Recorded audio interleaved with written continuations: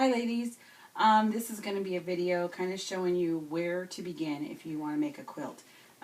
Specifically for some of the ladies in our craft group, and we are going to be doing a challenge where we're going to make a quilt. So those that wanted to participate will be doing so. Where to begin? The easiest thing, if you've never done it, I say that you do kind of what I call a cheater quilt, and that's a quilt panel, say for a baby quilt. That way you're not sewing all this stuff together, pieces. You've got one panel that you're actually quilting. The other way to do it is having pieces of fabric. This is from the last quilt that I made, and it was a baby quilt. So what I did was I cut all these squares and had to sew them together. And the reason why I say it's harder, not that it's harder, and there's different ways. There's all kinds of quilt patterns, triangles, and all that. But if you're just beginning, I recommend you don't do that. So what I had to do in the quilt that I made to sew all these squares together, so I did a pattern like this.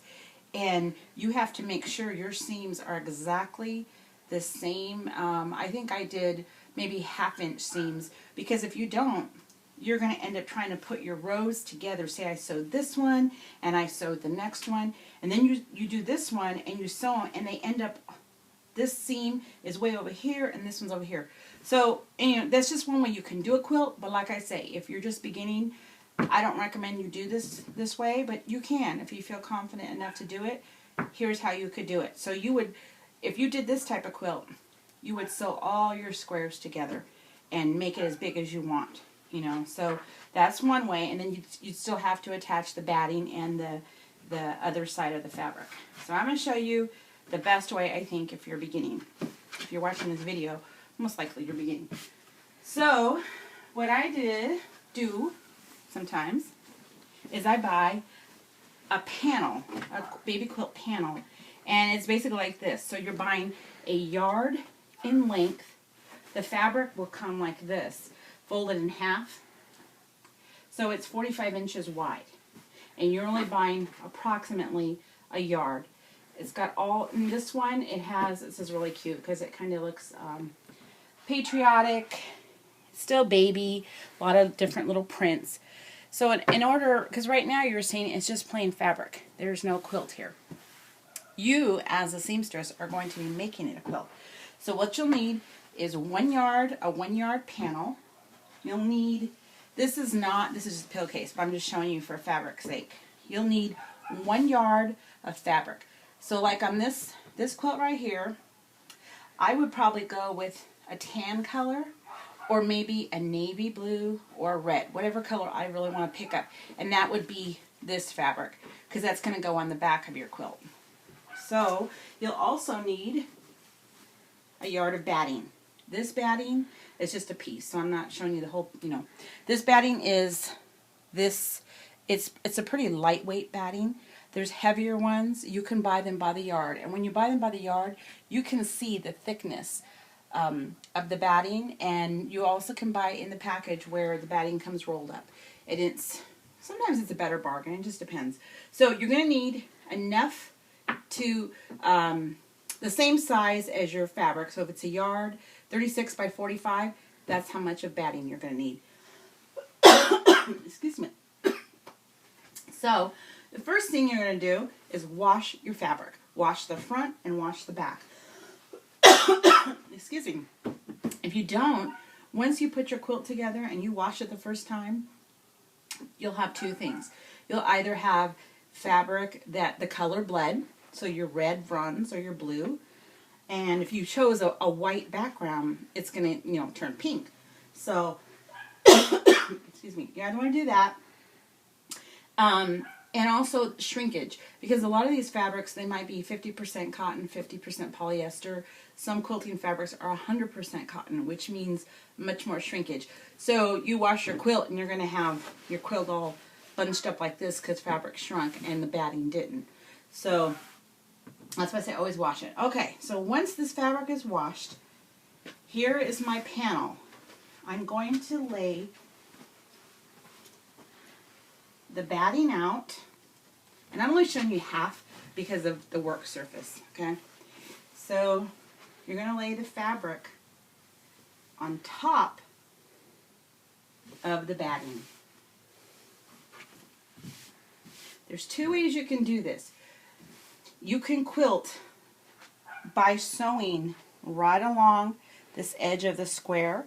What that does, and it'd be kind of pulled like this, so you're sewing around it. You could sew around here if you wanted to. What that does is attach your fabric to your batting so that when you wash it, your batting doesn't ball up inside and your quilt's already sewn, so you don't want that. Another way you can do it is first, and I like both ways. Say this is your backing fabric, okay? Then you would put your batting down, followed by your top fabric.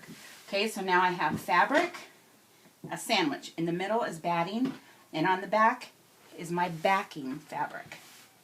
So then I start out in the middle of the quilt, and I just take safety pins. And I pin all 3 layers. So like this square, if I started this square, I would probably pin here, here, and here. Then go to the machine, or if you're doing this by hand because you don't have a machine and you just want to do a little wall hanging, just stitch, needle and thread. Stitch along here, here, and here. All 3 layers of fabric. Top, batting in the middle, fabric on the back. What you're going to end up with, I'm going to show you a quilt that I actually have been doing by hand. Started, I don't even know how many years ago, but I'm going to show you. This is prime example. Here is fabric, here is batting, and here's back fabric. So I pinned them all together, and in this one I've been sewing by hand. So that's why it's still sitting here, because it's quite a job. But what you end up with in the end, I'm going to show you a part that didn't get stained because it's been sitting in a bag and got stained. But what you see here, you see that the fabric kind of bumped up. I quilted by hand. So that means when it gets washed, like I say, excuse the water stains, when it gets washed, I'm not going to have to worry about the batting in the middle bunching up. So this process that I've done with this red, white, and blue quilt, say I go to do it on this baby quilt. Okay, so I work from the middle out. After I sew this square, I take the pins off. Make sure all 3 layers are smooth. Go to the next area. And you keep doing that. Like I say, work from the middle out. That way, if your fabric right here starts to bunch up, you're going to be able to smooth it out before you sew it.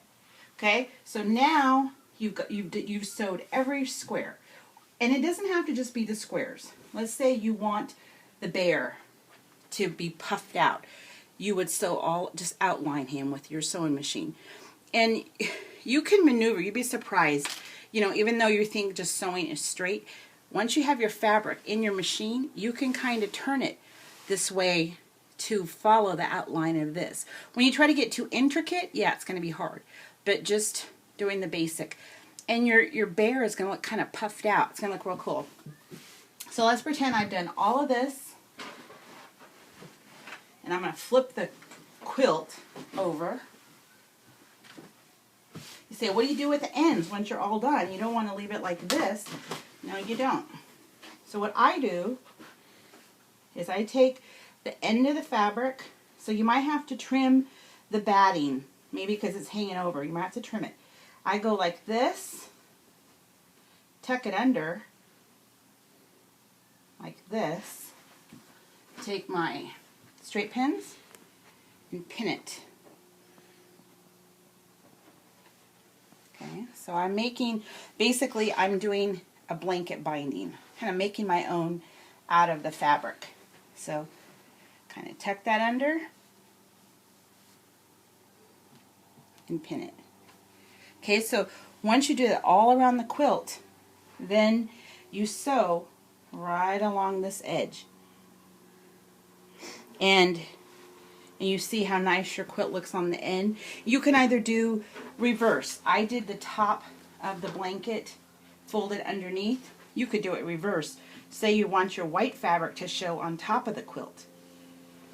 And that's how your edge would look like in that case. When I do this, making the binding come over to the front, what I would do to cover my seam after that, I would sew lace on top. So you would just pin it. This, you know, of course, this lace doesn't go with this, but I'll just show you how the edge of your quilt could look. And that's basically how the finished product will look. So, like I say, there's a whole lot of other ways to do quilting pieces and everything, but for those of you ladies that are just beginning and want to do something, this is a great way to start it out. So if you have questions, leave me questions down below, or if you know me, call me up, message me something, and I'll help you to the best of my ability. All right, thanks for watching. Bye.